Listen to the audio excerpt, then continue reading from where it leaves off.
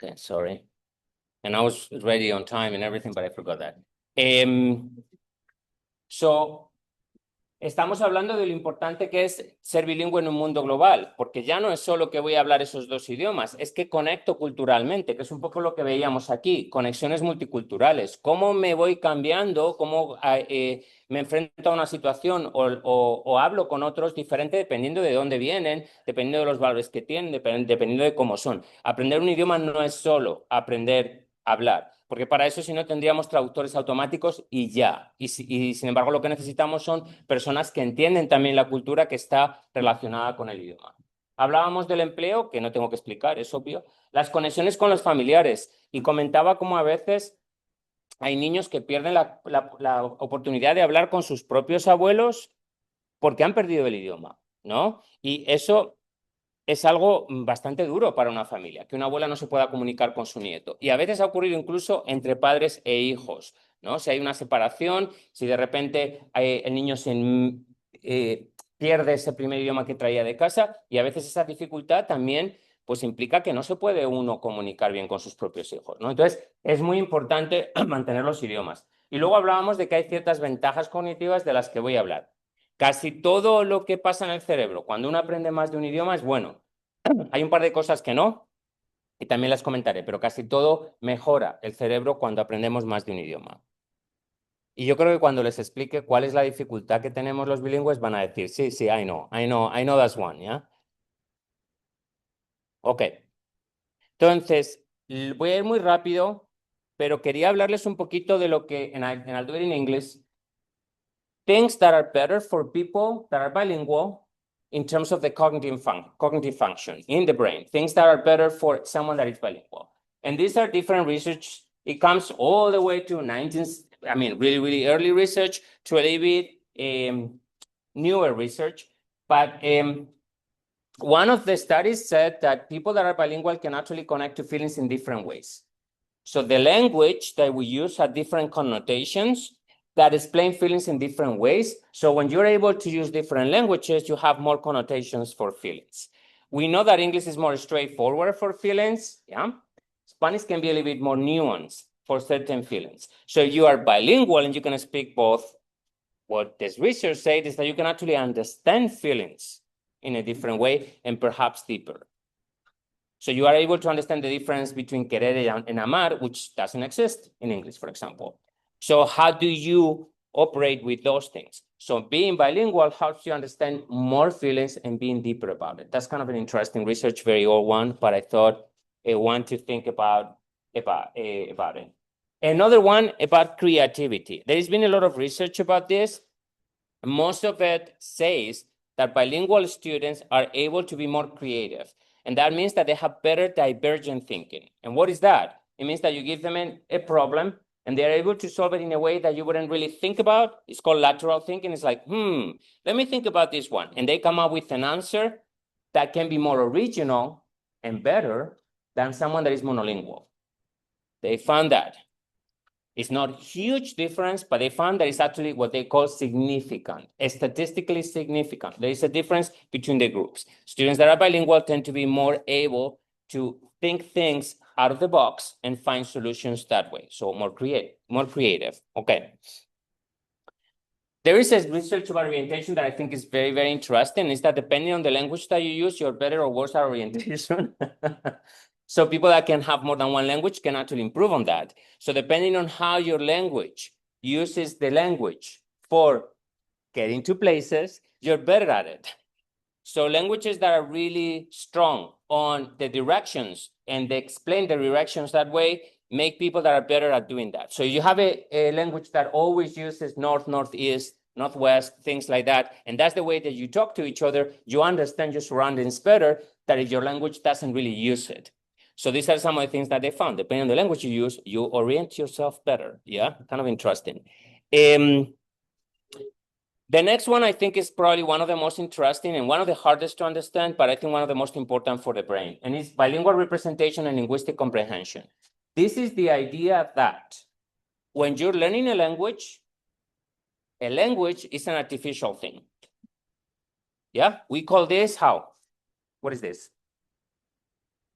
Laptop, computer, Could it be called in a language? There is absolutely no reason why this is called one way or another. It's fully artificial. Fully artificial.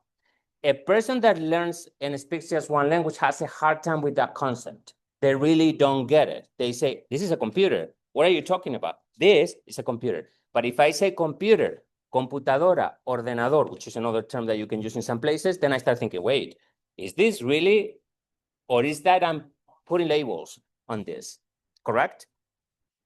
Then I start looking at the structure of the language and I start thinking, wait, is it that language is always the same? Or it depends on the language you're using and the structure changes.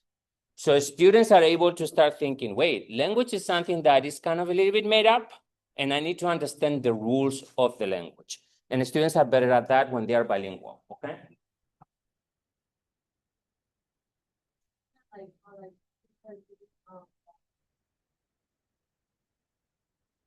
All that, everything else, no language, and it's not making sense, but it's making sense to them because they put a meaning to it and they said that language, like new languages are always coming up. That's such a good example. 6, 7, yeah. Well,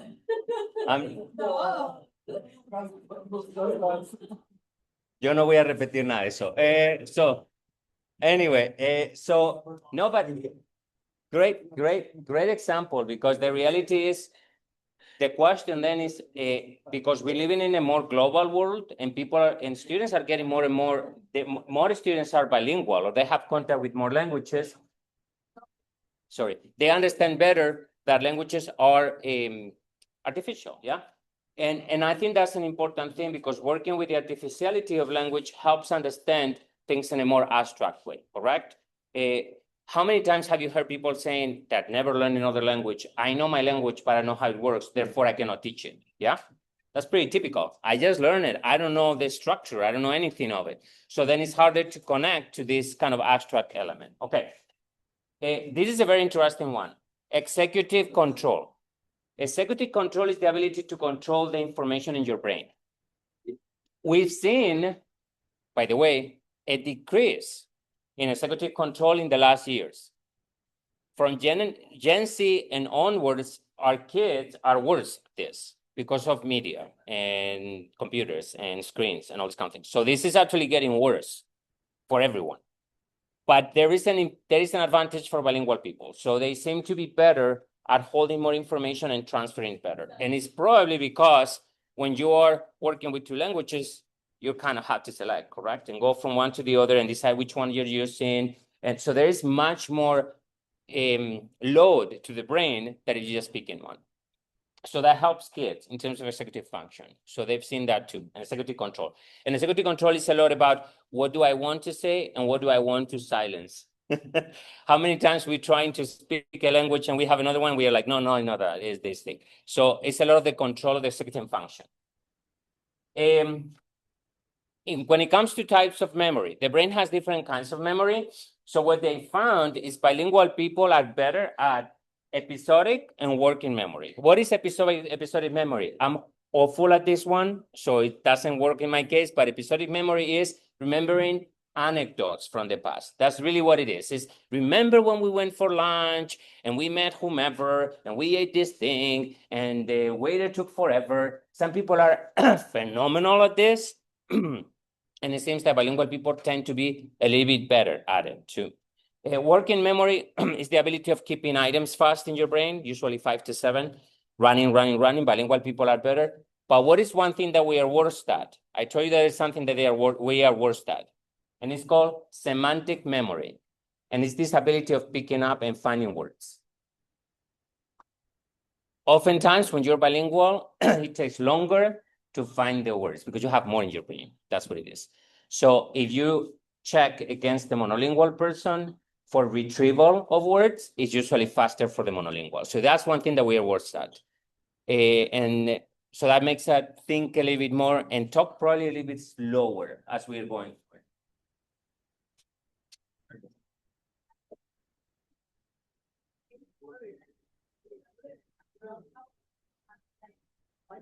decide to use that word? Why didn't you just use like a simple word like this and that? Because the word you use is so broad and it means so many things. And I was like, do you even know what it means? Like, so I think this is the word that you just chose there. And maybe the process that he was trying to retrieve another word, he couldn't find it, so that's the one that came out, yeah? So, and it happens to everyone, but it's more common for people that are bilingual, because our network, if you want, of words, of vocabulary is much bigger, yeah? So that's one disadvantage that we have. This is one that was very interesting. So this guy started studying when kids realize their gender, and it depends on, thank you very much, and it depends on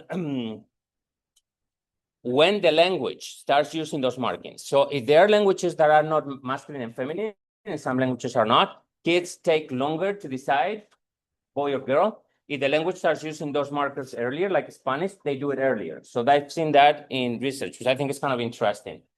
And this is a very important one, which is cognitive reserve. And it's the idea that because we put more in our brains and our networks are stronger as bilingual people, it takes longer to lose it. So people with Alzheimer's usually have a cognitive reserve of anywhere from a year to 2 years, longer than a monolingual person. So it starts showing later. So if you have dementia, usually as a bilingual person, you have a little bit longer in the brain because the brain has more networks than if you were monolingual. And they've also proven that. A little bit longer, not much. Sometimes only 6 months, sometimes it's up to 2 years. But hey, it's proven that there is something there.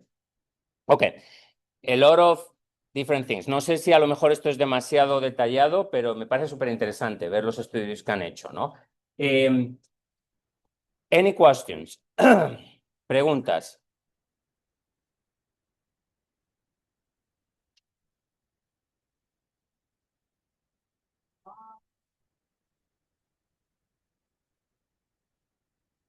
Replication is super important. So some of them tend to bring the same results over and over again, and some of them not necessarily.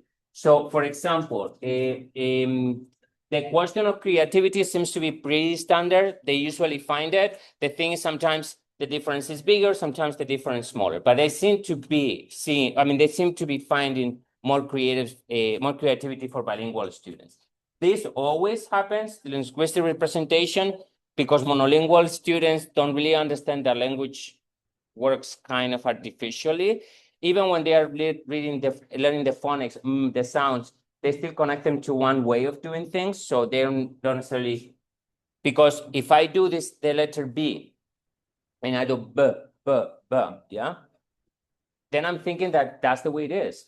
But if I go to another language and that letter sounds, then I'm like, hey, why? Well, because someone decided to make that sound. I mean, it's a whole history behind it, but there is not really a reason why it couldn't have another sound, correct? Or it couldn't look another way. Like, and then you start looking at alphabets and it can be completely different. You have Cyrillic, you have all the different calligraphies that they have like in Japan or in China. So you start realizing, wait, there is not really a symbol for a sound. Someone made that connection and it can look differently. So that is one. They keep on seeing that we are worse at finding words. They find that all the time. And this one, there has been a lot of pushback around it, like the cognitive research. So there has been some research that says, no, we don't find it. But then when they do others, they say, yes, we found it. So meta-analysis seems to say that, yes, there is cognitive reserve. Okay. It's interesting to see how the brain works anyway. Ok, un momentín. Entonces, lo voy a decir un poquito en español, pero quizá no esté tanto tiempo con esto, porque no quiero que pasemos muchísimo tiempo. Pero vimos que en sentimientos a veces las palabras que utilizan diferentes los idiomas nos ayudan a entender los sentimientos y a sentir diferente. O sea, lo que vieron estos estudios es que incluso teniendo palabras diferentes para expresar sentimientos, podemos tener sentimientos distintos, ¿no? Hay palabras en algunos de los idiomas del norte de Europa, hay palabras que indican sentimientos que yo ni siquiera me he planteado, ¿no? Como la sensación de llegar de casa, al trabajo, tener un día tranquilo y bla, bla, bla. Y eso tiene un nombre para ellos. Y no me pregunten. Entonces, para mí eso, pues sí, a lo mejor reconozco el sentimiento, pero tampoco tengo una palabra y entonces a lo mejor no lo identifico de la misma manera. Para ellos está muy claro. Me voy a casa a esto. Y tienen la palabra, ¿no? Entonces, esa diferencia. Mejor creatividad por parte de los estudiantes o de las personas bilingües, dependiendo de la lengua y de cómo utilizan los marcadores de orientación. La gente se orienta diferente, ¿no? Hay idiomas que tienen marcadores más claros, noreste, sur, norte, entonces se orientan mejor que si no los tienen. Las personas bilingües entienden mejor que el lenguaje es artificial y que las relaciones que hacemos entre el lenguaje pues son así porque son, pero que pueden cambiar dependiendo del idioma. Las personas bilingües suelen tener mejor control del cerebro a nivel ejecutivo, es decir, que pueden trabajar más operaciones a la vez y controlar las que no quieren que estén trabajando. En cuestión de memoria, la memoria episódica de recordar los eventos del pasado, la memoria de trabajo, que es mantener muchas cosas repetidas constantemente en el cerebro, son mejores para las personas bilingües, pero somos peores como bilingües para traer palabras del cerebro, recuperarlas. Nos tardamos más. Y luego algunas cosas de aquí que quizá no voy a tratar mucho, pero lo último es la reserva cognitiva, que la reserva cognitiva es la idea de que nuestro cerebro bilingüe puede resistir más cuando tenemos problemas de tipo demencia o Alzheimer. Normalmente dicen entre 6 meses y 2 años.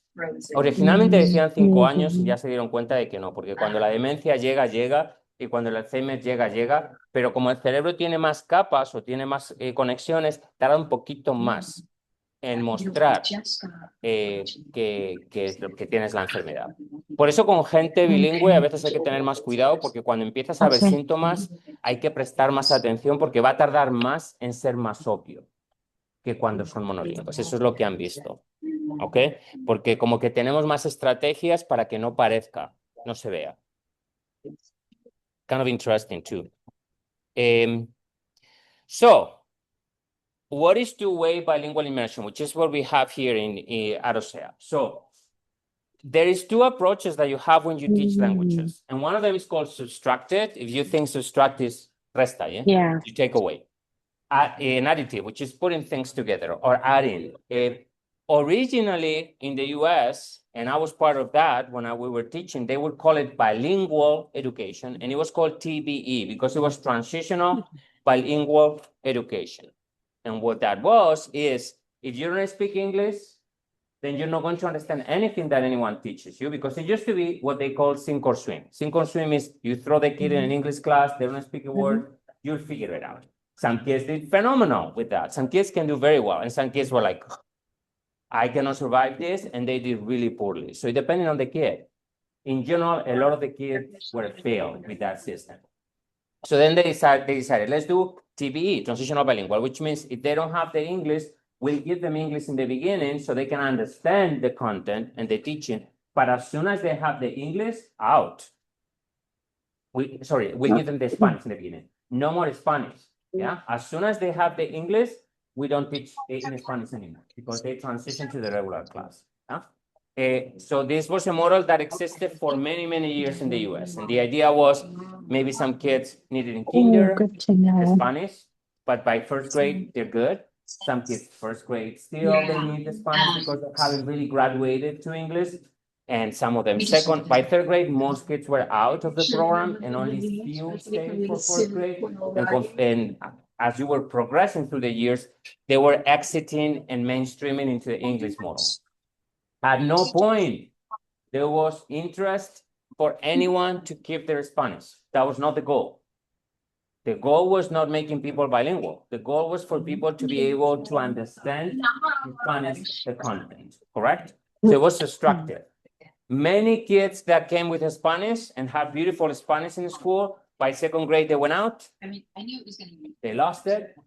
And then they would go back to high school and they had to pick it up again. Oh, wow. That's what was happening, correct? And then someone said, why are you doing that? We know kids can do 2 languages. Keep it. I mean, like, Keep it. they just didn't have the. You can start with one. You If they don't have it, so if you only speak Spanish, that's fine. Start with Spanish, do some English, but do not drop the Spanish. Keep it, keep it, keep it, keep it, because they'll be able to do that. And This that's what it's week, called the new a Kaiser is two-way way bilingual more immersion expensive. program. No. Yeah, or a dual program. Yeah, Some people understand it like that. no. Yeah. So I was a fourth grade teacher on a TBE or Transitional Bilingual Education Program for many years, and the goal was get them Hi, out. I'm sorry, Get them out of Nancy, Spanish. you're not muted, As Nancy. soon as you can, they should be transitioning into English. And some of the students that I had in fourth grade, when I was a teacher, ended up my students in high school, because I moved to high school and they were like, oh my God, the same teacher again. I'm like, I'm sorry, you got it twice. So they went into high school with me, and it was awful to see how much Spanish they had lost through those years. Yeah. And then it was the work again to bring them back to speed in the Spanish at a high school level. So, but because the idea there was not maintaining bilingual students. It was called transitional bilingual, but it had nothing to do with bilingual. It was really to be able for students to process the content in a language they understood. That was the only goal for that program. It was good enough that at least they were not saying like they used to, and they do in many countries, by the way. So in the US was kind of at the forefront of trying to provide support for students that didn't speak English. I had to say that because they didn't speak English though. No, Yeah. no, pero yo digo, okay. I'll do it in Spanish. Don't worry, I'll do it in Spanish. So the US was at the forefront of that. But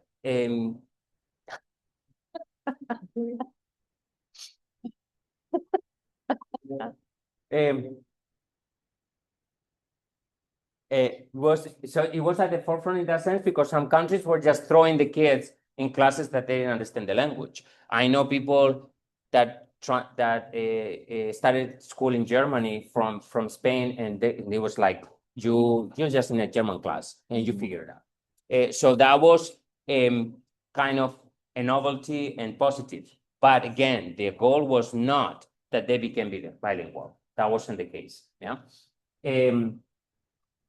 So if you want a subtractive approach, it means we take one away once you're ready. The other is additive, which means you can have another one. There's no problem with that, correct? That means the way you do your classroom and you admit people is a little bit different, because if I have a students in a dual language like the one we have, and I get everyone that only speaks English in a classroom, then I don't really have any models that speak Spanish. And we are struggling with this because we see more and more kids that are just kind of English speaking. Remember, the dual language program was designed originally for English learners. So it was designed for those that are learning English, not for those that just want to become bilingual. It became an enrichment program for others because you needed also the models for English. But originally the plan was, this is for students that don't speak English. Dual language program started like that, okay? And then when you are getting people later on, it's kind of more complicated for us. For example, getting a student that is only speaking English in 5th grade is going to be difficult because they're not speaking Spanish. So how do you throw them in a class where half of the time they are not going to understand the content? So that's kind of a difficult one. There is different ways of doing the model. We have a 90-10. Some schools are a little bit more conservative and they feel, no. Especially when parents think, they're not getting any English. Oh my God, what is going to happen to them in English? And then they do a 50-50.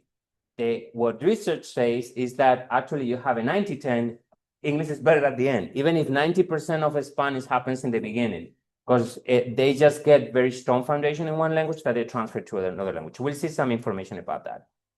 And then what we call linguistic profiles. Everyone has a different linguistic profile. We just saw here, everyone is different, correct? Mine is what they call consecutive learner. I learn one language, then another one, correct? Some people were bilingual, then they were monolingual, then they became bilingual again. So there is many different profiles for people that we can have. And that connects to the population that we have here. Everyone is going to be a little bit different depending on what they live. So that's going to be what is language profiles. En español, porque me estaban ya diciendo, no vas a contar esto en español. Es que hay otra. Entonces, inmersión de doble idioma. Lo que hablábamos aquí es que en el pasado, en las escuelas de Estados Unidos, había personas que forman un programa transicional bilingüe. Pero el objetivo de ese programa no era hacer niños bilingües. El objetivo de ese programa es que los niños entendieran el contenido porque solo hablaban español o japonés o árabe o el que fuera el idioma que tuvieran ellos. Entonces les enseñaban en ese idioma para que entendieran al maestro, porque históricamente había un sistema que era lanzarlos al salón con el idioma que fuera y allí te las apañaras, tú lo que fuera, ¿no? Algunos niños sí que sobreviven eso y aprenden muy bien y otros niños no pueden. Por eso cuando dicen, pero yo fui a la escuela y a mí nadie me enseñó en otro idioma y yo pude. Fenomenal, me alegro por ti, pero no todos pudieron. Esa es la razón por la que empezó el programa transicional bilingüe. Pero en el programa transicional bilingüe, tan pronto como aprendían el inglés, fuera. Entonces había muchos niños que sabían inglés y español al entrar, bueno, sabían español, perdón, añadían el inglés y luego cuando salían perdían el español. Y luego a lo mejor tenían que recuperarlo otra vez en la preparatoria, ¿verdad? Es una cosa como extraña tener que hacer ese proceso.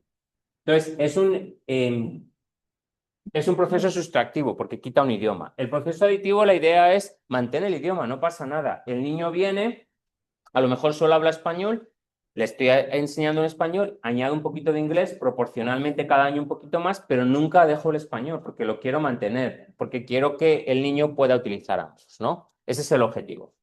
Eso significa que cuando hacemos la composición o organización de los salones tenemos que pensar en esto. ¿Cuál es el perfil del niño, no? Los programas duales no estaban diseñados para niños que hablan inglés. Estaban diseñados para niños que están aprendiendo el inglés o no lo hablan, ¿correcto? Porque era el apoyo que tenían para ellos. Para los niños que hablaban inglés era enriquecimiento, pero originalmente solo se diseñaron para los niños que no hablaban inglés. Y a la hora de que los niños entren en la escuela es un poco más complicado porque si un niño en quinto quiere entrar, por ejemplo, no sé, y solo habla inglés, pues no va a ser muy fácil, ¿verdad? Entonces, esa es parte de la dificultad. Les diría que es más fácil si el niño habla solo en español y entra en quinto, que si solo habla inglés.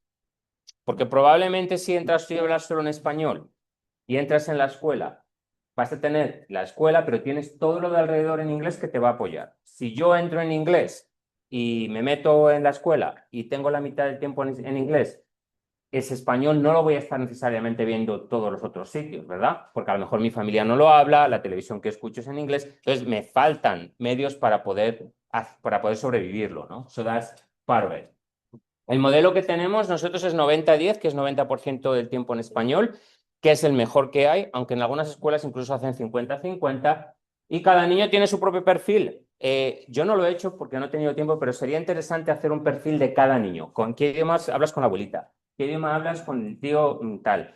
¿Mezclas idiomas con esta persona? ¿Con esta persona no mezclas? ¿Cuál prefieres escoger? Porque el perfil de cada niño va a ser completamente diferente dependiendo de las circunstancias que tenga, ¿verdad? Y es muy interesante ver eso. Y nuestra población es muy, muy, muy variada en OSEA. Cada niño tiene su propio perfil. Ok. Ustedes ya habrán visto esto. You've probably seen this, but that's the model that we have, 90-10, which means 90% of the time in Spanish, if you see the green goes lower and lower and lower, by six is like half. It is true that it would be great if we had a middle school that was 50-50, but it's not. It's 40-60, but it's still maintenance. So the language is still there, correct? And the four domains, remember, it's always reading, writing, speaking, and listening. So the four of them. Entonces, el modelo que seguimos, como lo ven, empieza en 90, que es la parte verde, va a 80, 70, 60, quinto, sexto ya está como a 50, y en middle school se mantiene, aunque no es 50-50. Okay. So some important things to consider. Whatever you learn in one language usually transfers to the other one. Yeah. So that's one of the things that is very useful about dual language. Some languages transfer better than others. So in a dual language program that is Japanese, English, a lot of the things are going to transfer and some of the things will not transfer as well. Like, for example, the alphabet doesn't transfer, correct? Because it's a different alphabet. Maybe some of the sound systems can be a little bit different. So Japanese actually has very similar sound systems, but let's say Vietnamese or Cambodian, they use different sound systems. So some of the elements will not transfer, but a lot of them do transfer. If I need to understand character development, summary, final of like the end of a story, bias, making decisions about things, finding evidence. All of that is going to be the same no matter the language you're using, and all transfers, yeah? We talked about how it benefits for cognitive advantage. There is a lot of transferable skills that happens in language, and I kind of talked about that already. So I'm just going to skip that a little bit. Entonces hablábamos de que cuando uno aprende un idioma se facilita el otro idioma, porque mucho de lo que se aprende se transfiere al otro, ¿no? Depende de lo que se parezcan los idiomas, se transfiere más o menos. Comentaba que, por ejemplo, el inglés y el español se parecen mucho porque fonéticamente son muy parecidos, la estructura de la gramática es muy parecida, el alfabeto es el mismo, muchas cosas son iguales. Si hiciéramos inglés y camboyano, tendríamos más dificultad en esas conexiones. Pero hay otro montón de cosas que son iguales. Personajes, desarrollo de personajes, decidir en una historia, qué son un resumen. Todas esas cosas son exactamente iguales, ¿verdad? Buscar claves de contexto para entender una palabra. Todo eso lo aprendes en un idioma y transfiere al otro idioma. Buscar evidencia para justificar una idea, por ejemplo. Recordamos que los estudiantes se benefician con ventajas cognitivas y que las destrezas son transferibles. Okay, I'm going to try to go a little bit faster. I think this we kind of talked about, which is we want a space that creates two languages. We add one to another one. We want to make sure that both of them happen in the 4 domains. And the best way to learn a language is immersion. We talked about that. The best way to learn a language is actually need. If I, based on my research, that's what it is. Exposure and need, those are the 2 elements. So you have to have a lot of exposure and you need it to be able to use it properly, yeah? Entonces, vemos que es muy importante para los estudiantes y que en un ambiente de inmersión es importante porque los 2 elementos que más ayudan, esto fue mi investigación, son la exposición y la necesidad. Si uno tiene exposición a un idioma y además tiene la necesidad de usarlos, cuando más se aprende. Si falla uno de los 2 es más difícil. Por eso yo lo que hago, intento decirles que no hablo el idioma, porque así les obligo a la necesidad. Y luego tengo que exponer con mi ejemplo en el español, ¿no? Ok. Estos son diferentes modelos que estudiaron. Son unas personas es una pareja, se llaman Thomas and Collier, y ellos hicieron un estudio de diferentes modelos de aprendizaje de idiomas y el efecto que tiene a largo plazo en el inglés. No quiero entrar muy profundamente, pero si se fijan en esta raya, 50 sería el nivel de inglés que tienen los niños monolingües. Y cada línea representa un modelo diferente. No les voy a explicar todas las líneas, que sepan que las verdes son los modelos duales. Entonces, lo que indica es que con el tiempo el nivel de inglés que tienen es incluso más alto que los niños que estarían en una escuela monolingüe, ¿ya? Si se fijan al principio, no. ¿Lo ven, no? La verde está por debajo. O sea, esto es hasta en primero, segundo, tercero están por debajo. Luego empiezan a superarles. Cuando llegan más tarde es cuando tienen mejor nivel de inglés. Tardan bastante porque hasta séptimo todavía el nivel de inglés está aproximadamente no al nivel, ¿ya? Es cuando llegan a octavo, cuando empieza ya a mostrarse que tienen mejor nivel que los estudiantes que estuvieron en un programa monolingüe. Y esto es difícil para algunas familias porque están viendo, pero mi niño no tiene inglés en tercero, mi niño es que tarda porque están haciendo ese proceso de transferir de un idioma al otro. Esto es lo que se llaman estudios longitudinales. Quiere decir que estudian, pues yo creo que miles y miles y miles de estudiantes y comparan todos los datos. Hubo un momento, no sé si recuerdan, que prohibieron la educación bilingüe a través de, aquí en California, porque hubo una proposición, la 227, la votaron y dijeron que no más educación bilingüe. Esos niños son esta línea morada, los que no tuvieron educación bilingüe. So tell me that doesn't prove the point. Esta generación que no tuvo educación bilingüe se quedó aquí en inglés. So this is a study, longitudinal study of many kids, and we see different models.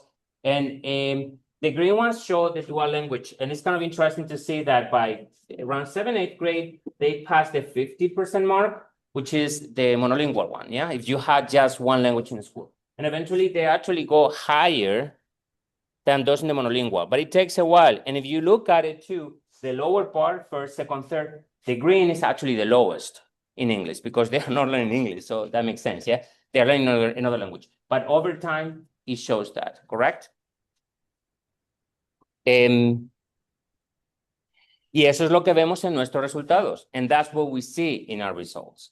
So this is from the state. We didn't make this up. Yeah, this is just exactly as it came from the state.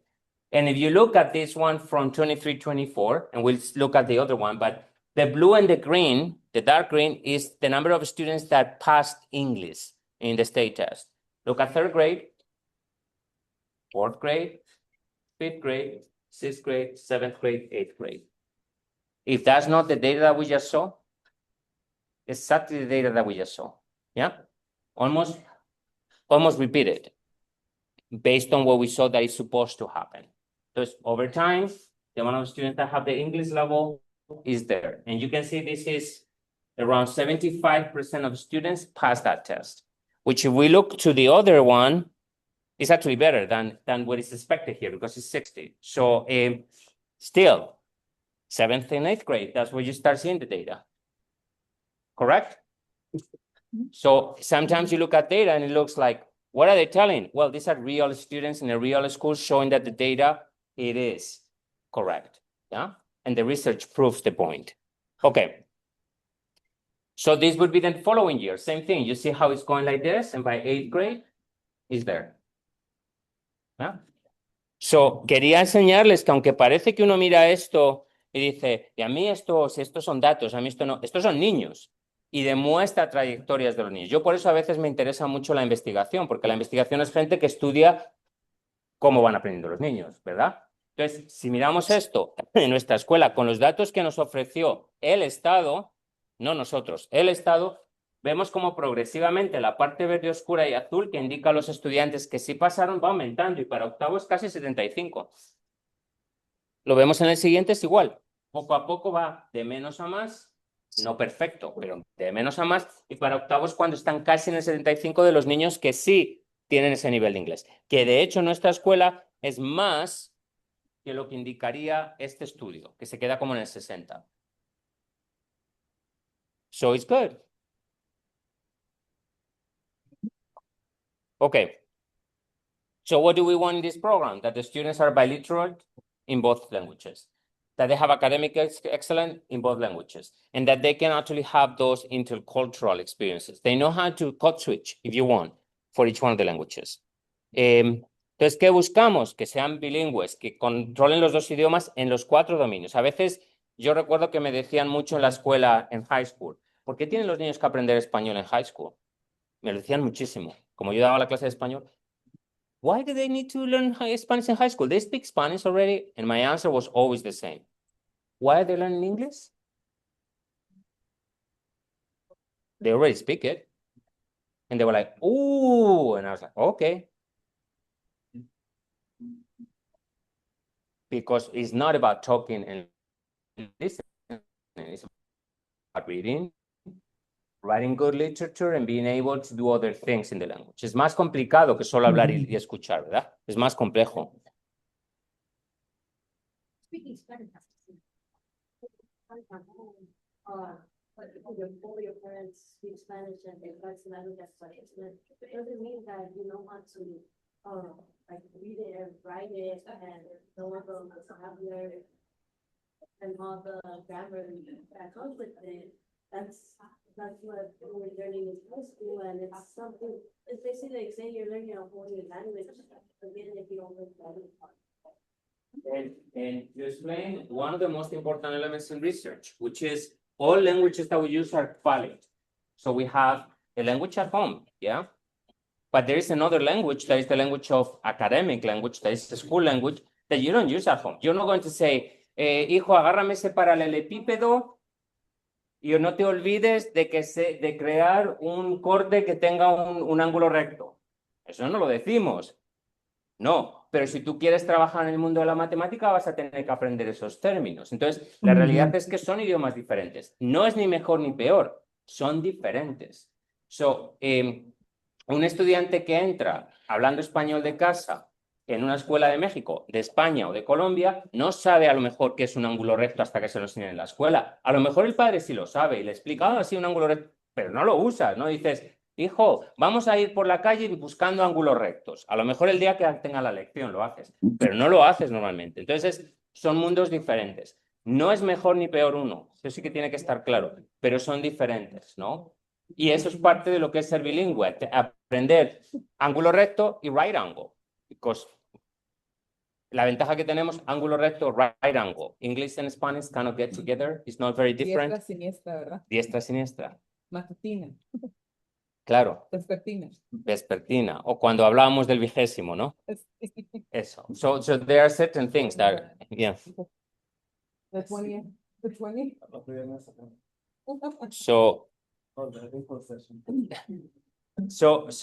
So what is a program for a dual language program? Usually it requires at least 5 to 7 years minimum.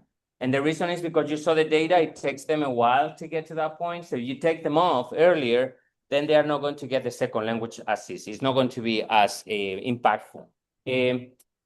We follow separation of languages. There is a lot of research about this. I'm not going to go deep into it, but some people say, well, they should be able to mix. The problem with mixing languages is good culturally, and they can do it at home. But what about if I don't know the word in one language? What do I do automatically? Switch. Do I learn the word in the other language? Not necessarily. So if you're doing code switch and you're mixing languages, they call it a translanguage now. If you're doing that constantly and you have the words in both, I'm open to that, do it. But my experience is most people that translanguage is because they are lacking the words in one of the two languages, correct? And sometimes it's because one word in one language is more complicated than the other one. So sometimes in one language is very easy and the other one is like, how do you say this, you know? And people don't use it. So lock the door. And la gente empieza, lock the door, loquear. Well, no, it's not that. So what are you going to say? No olvides de lock the door. Porque no sé decírtelo, cerrar con llave. Yeah. But that is not that easy to remember. So, and that's why I think it's important to separate languages so the kids can learn both. Yeah. When they are working on that. We need to continue with academic achievement in both. And obviously, it's important that we all talk together. This is one of the things that I think is the hardest for, in terms of our systems. How do we make sure that we use the language at home? Esta es una de las partes más difíciles que siempre hablamos. ¿Cómo podemos, incluso aquí, yo soy de los que estoy obsesionado con esto, pero la tendencia, el inglés es tan potente que nos lanzamos al inglés automáticamente, ¿verdad? Y entonces los niños pierden esa posibilidad de ganar el conocimiento que tienen ustedes en español en casa también. Por eso a veces les pido, intenten, no sé cómo, pero intenten. Ya les digo que y se lo creen. De hecho, cuando me vienen y me dicen, me llaman maestro a veces doctor Llorente, a veces maestro. Yo le escuché hablar en inglés y yo lo niego. Yo les digo, no, que sí que le escuché. No, yo no hablo inglés. Ah, y piensan, pues será que... Porque quiero que piensen que no les entiendo. Last year, we did like the Mother Day, and when I saw her really small, and she had it, she was like this with the English, but trying to hide so the kids don't know that it was her. And all my daughter's friends used to see that she was speaking English and this and that, and I said, yeah, she was speaking English. It was the microphone was translated for her, so it wasn't so like I honestly this she's kind of like connecting it like I put it together like the sense well she just you know as a lot of she teach English that she doesn't know but like I'm trying to keep it out like right something that she has to speak English which would together yeah. A veces es imposible porque tenemos niños que son bien inteligentes, como me está diciendo, y a lo mejor están pensando, bueno, pues en este caso han descubierto. Pero de todas maneras se puede mantener el hecho de que no te voy a responder si me hablas en... Yo la verdad es que con los niños hablo en inglés cuando tienen una situación muy difícil, emocional, una situación y tienen que expresarse y quieren hablar conmigo y veo que no pueden. Entonces no me queda otra que hablarles en inglés, pero intento evitarlo. So sometimes if a student is in a difficult situation, emotional, something happened to them, they want to share with me, then I don't have a choice. I need to talk to them in English. pero intento no hacerlo en lo posible. Okay, and I think I kind of talked about this already. So, con eso más o menos terminamos la presentación. Sé que hoy era como más información, más investigación, pero a veces hay que explicar por qué hacemos las cosas. Y me parece sobre todo muy interesante ver cómo la investigación que vieron, ¿no? Esas curvas se reflejan perfectamente en lo que pasa en la escuela. Es verdad, en tercero, pues ni la mitad de los niños están a nivel de inglés, pero ¿cómo van a estar si casi no han tenido inglés, ¿cierto? Pero conforme van pasando los años, sí llegan ahí. Y para cuando llegan a octavo, están bien altos. Es que 75% casi de niños en inglés que pasen el examen del Estado es muy alto. Y estoy convencido que las escuelas monolingües no tienen ese edad. En octavo. Claro, si comparamos nuestra escuela en tercero con otra escuela, somos los peores. Va a depender de cuándo quieran. Y yo siempre digo, el objetivo está que los niños se gradúen con el nivel de inglés, no que lo tengan en tercero, ¿cierto? El objetivo es que lo tengan al final de su carrera escolar. Okay, so I was just saying that it's very interesting to see how the data compares and you see those patterns. And the truth is that students in third grade in our school are going to compare worse to any school that is monolingual, that doesn't offer a bilingual program or a dual language program. But by eighth grade, I bet that we are ahead of many schools that only offer one language because almost 75% of the students passing the state test is pretty high. It's a high data. And it happened the last 2 years. So it wasn't just one.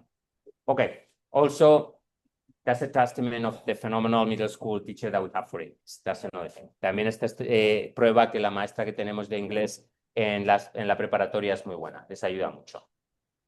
Okay. So, changing the questions before I move forward. Preguntas, comentarios. El único comentario que tengo del español en casa, una vez le pregunté al papá el año pasado, ¿no?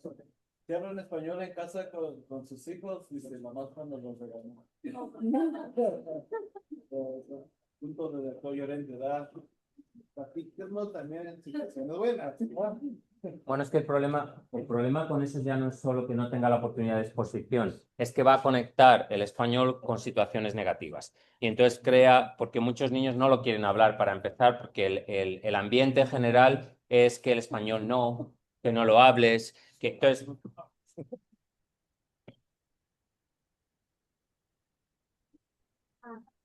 ¿Qué? ¿Más agresivo? Más fuerte como en inglés. Creo que sabes de experiencia. Bueno, no sé si saben que los idiomas tienen tonos y de hecho hay personas que hay varios de los idiomas en Asia que tienen un tono más alto. Entonces, cuando una persona está hablando en el idioma, en inglés, por ejemplo, mantiene un tono más bajo y luego suben el tono y están hablando, porque dependiendo del idioma cambia. Sí. O sea, que cada idioma luego tiene su cosa, ¿no? Ok. So, ¿algún comentario más? ¿Alguna pregunta? Sí. ¿No? Creí que levantaba la mano. ¿Pasan ustedes a la charla? No, si tienen algo en la charla, también pueden añadir. But Mike was bringing a very important point. If you are able to model and help the kids, it's going to help them. I have to say, I'm fighting the same fight here at school, so I understand you. I get it. But at the end of the day, it's for the benefit of the kids, correct? So it may be something that you consider, okay, let me make sure that there is, maybe start with certain hours where I flatly refuse to talk to you in anything other than Spanish or answer you if you speak to me in English. If you want just to set up time for that. There is a lot of research about the best way to maintain languages. So this idea is called the Garmon method, where one of them speaks one language and the other one speaks only one language, kind of separate. About 50% of students keep the language when we do that, so it doesn't work all the time. O sea, si deciden que uno de ustedes habla solo en español y el otro habla solo en inglés, no les asegura que los niños vayan a hablar en español, aunque hagan eso. Sí es mejor, pero no lo asegura. Normalmente lo que asegura que el niño mantenga el idioma es si en casa no se habla otro idioma que el que traen ellos primero, que no tiene que ser español. Digamos que una familia habla árabe y español. Si en casa solo hablan árabe, todos, todo el tiempo y no permiten el otro idioma, es la única manera en que se va a mantener. Chile. O no la única, la mejor manera, perdón, en que se va a mantener. Did Tilly have a comment or question? She's not muted. Ask Tilly in the chat. No. If she has a comment or question. No. There you go. Sorry. Okay. Sorry, we had to change the setting, I guess, for the Alguien microphone. estaba. Antes de seguir, recuerden que el 21 a las 9 de la mañana, January 21st at 9 o'clock, se envió la encuesta de evaluación de necesidades. So we send the Needs Assessment Survey through Partner Square, a través de Partner Square. Por favor, rellénenla. Please complete the Needs Assessment Survey. It's important for us. It has a lot of questions and it helps us. Tiene muchas preguntas y nos ayuda mucho que lo hagan. Y lo he puesto mal porque la fecha límite obviamente es el 6 de febrero, no de enero. I was just doing it right now. So it's February 6th, not January 6th, okay? So you have time, but please look in your Partner Square. We can send another reminder for people, but it's very important that you complete this one. Okay? And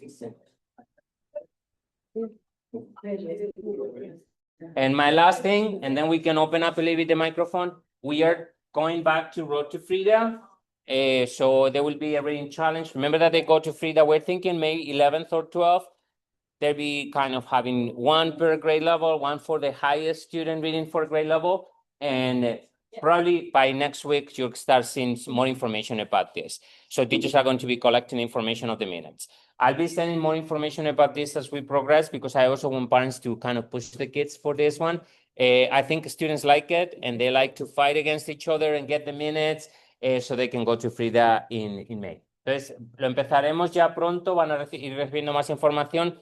Va a haber un grupo por grado que vaya a Frida y el niño que más lea también va a ganar un premio y será el 11 o el 12 de mayo. Estamos viendo cuándo están disponibles. Recuerden que se van, cada grado ese día se van hasta el cine, ver una película. Esta vez van a tener palomitas y bebida gratis y pues pasan el día allí porque fueron el salón que más leyó, más minutos leyó. Entonces, luego les voy a intentar animar también para que les animen ustedes también a los niños y que saquen más minutos. Okay, and with this I'm done, we're going to comments, yeah. Yeah, Elizabeth Nomas, she said, thank you, that she has involved in two-way for 15 years and has learned a lot on today's presentation. So, la señora Bosman agradece porque ha estado involucrada en programas de doble inmersión a más de 15 años y ha aprendido mucho en la presentación de hoy. Y luego Marisela pregunta si es para todos los grados. If it's all for all the grades.